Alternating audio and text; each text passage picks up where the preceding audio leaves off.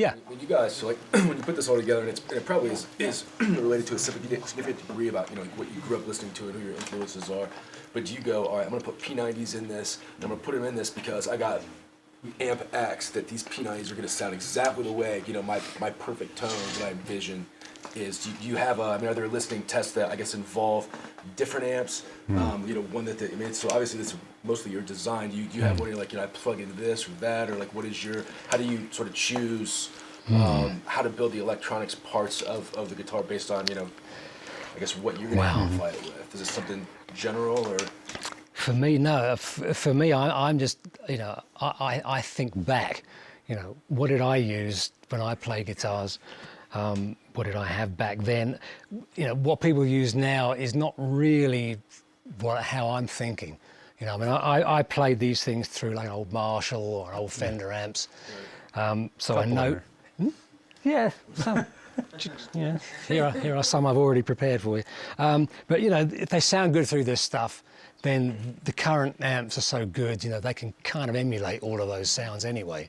So knowing what this setup would do in one of those amps, you pretty much know what it's going to do when you plug it into a Tone King or something. You know, it's got that right basic ingredient to start with. So. I've got a few questions for Roger. Oh, hey. So we don't have to take the lavaliers off and get everything redone. So what makes a Giffin guitar special? What do you breathe into that guitar? I mean, you know, I mean, Roger's very modest, but his guitars have found favor with some very notable players around the world. And I think it's not quite as simple as what you so modestly convey. But what makes a Giffin guitar a Giffin guitar? Yeah. And don't be humble. Excuse me. I guess for one, the fact that every bit of it is made by me, you know, that's kind of important, I think. I've learnt a lot of different things over the years, you know, what works and what doesn't. So I can always incorporate that into what I'm doing.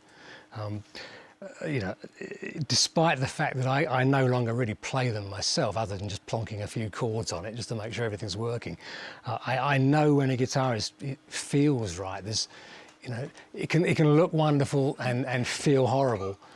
So what I aim for is something you just pick it up and go, oh yeah, that's, you know, that's right there.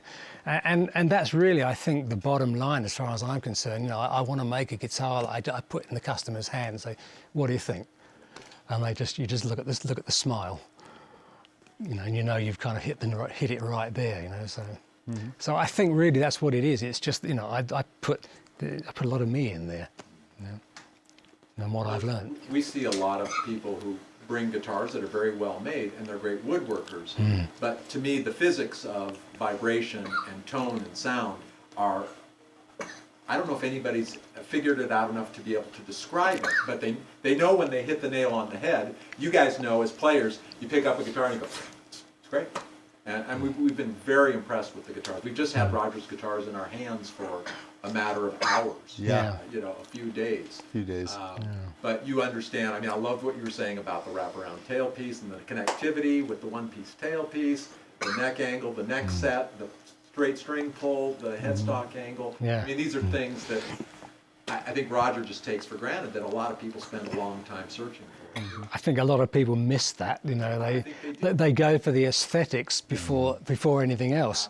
Absolutely. I mean, I tend to just, you know, think, okay, well, I know what works, so when I design a guitar, I start out, I think, okay, well, there are certain points that I know I've got to do in order to make that thing work. And then you kind of map out those points and then design a guitar around it. And that's really how it comes about. You know, I just, you know, I draw what I need to know on a sheet of paper and then just stand there for a few days and just scratch on it until I get something that looks, you know, has the look to it.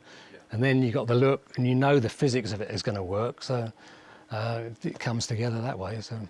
Well, they're very impressive. Thank you. I think a lot of it has to come from your experience too. I'm sure, just over the years working with different guys. Well, I mean, I've worked on every guitar that ever existed, I think, at some time.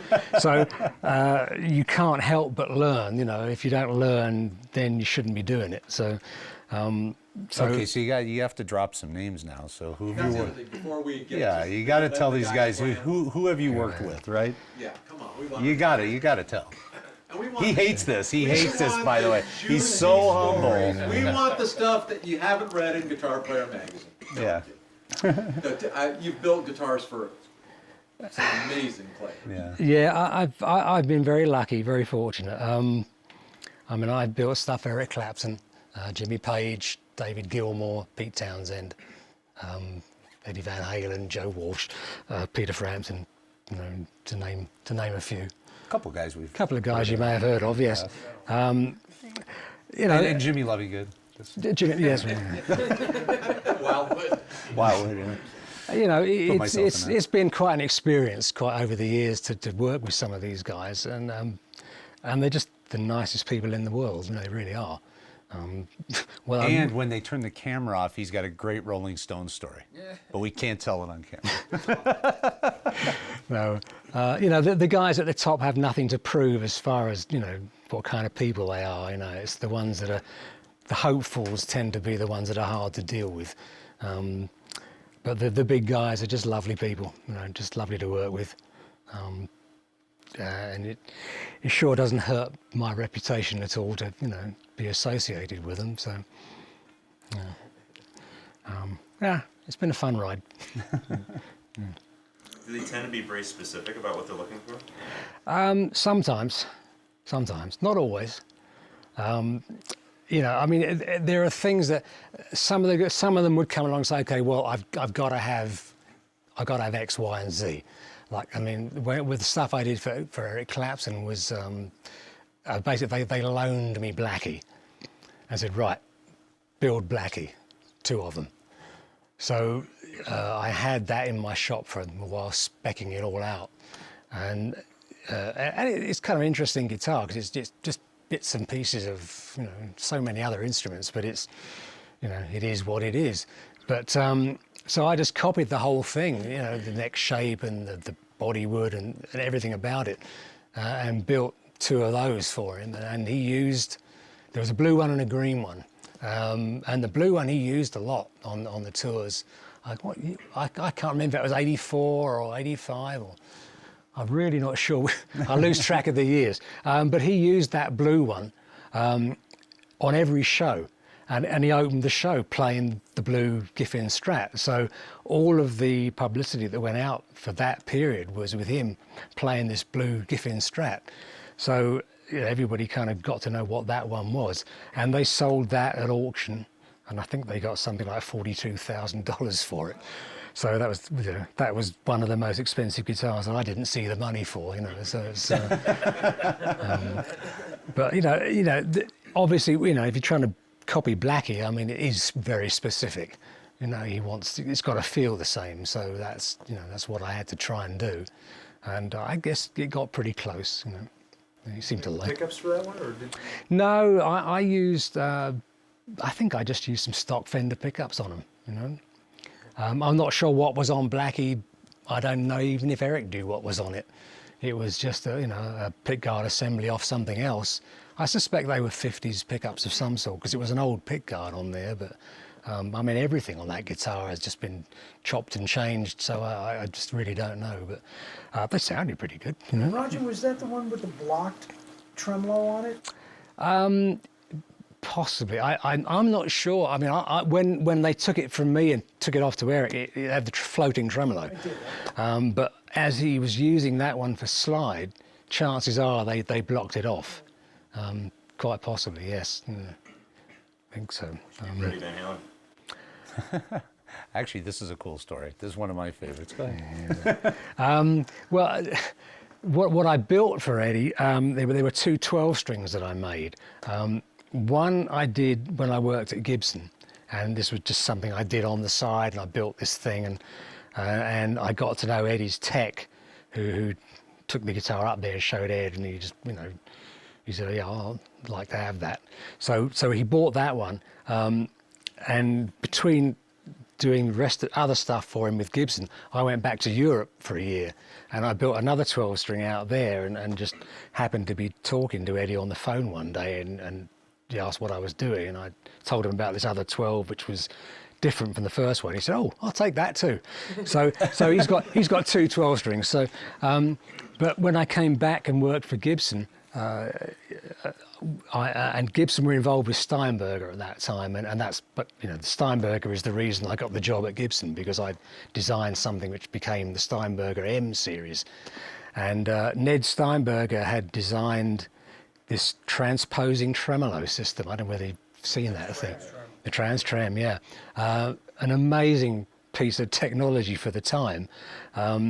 And it was an absolute swine to set the thing up. There was a whole list of instructions that you had to follow to be able to get it to work and stay in tune, which once it was set up, it was incredible. Literally you could just step it up and down, it would be perfectly in tune all the way, down and up. But Eddie got hold of one of these, and without the instructions, you're lost. You can't, you know what you're going to do with it. So they called me up and said, "Can you go up to his studio and show him how to set the thing up?" So I went up to his place and sat in the studio with him for several hours, going over how to set this thing up. And, I did it, and then he would do one, and we'd set the thing up and get it working. So once it was all done and he got the hang of it, he was plonking around on it and just seeing what it would do. And just continuous, it just plays continuously all the time. And he was getting into this thing and playing around on it. By the end of the day, I was sitting in his studio, and Ed was walking around the studio playing melody lines and transposing, playing tunes with the transposer. He'd play something here and he'd transpose it there, and it was just playing those absolutely impossible stuff on the guitar using this thing. And he's just chatting to me while he's doing this, walking around the room doing this, and I was absolutely gobsmacked, because I'd never really given a second thought to Van Halen. I didn't like the band that much, and Ed, I knew Eddie was a good player, but I didn't know how good. And he was playing stuff that you could not physically figure out. With the two-handed stuff and this transposer, and the fact that he could do that and just chat, just like Jimmy's talking in, and it just didn't occur to me that anyone could even possibly do that. The man is just a genius, total genius. I was shocked. So, amazing.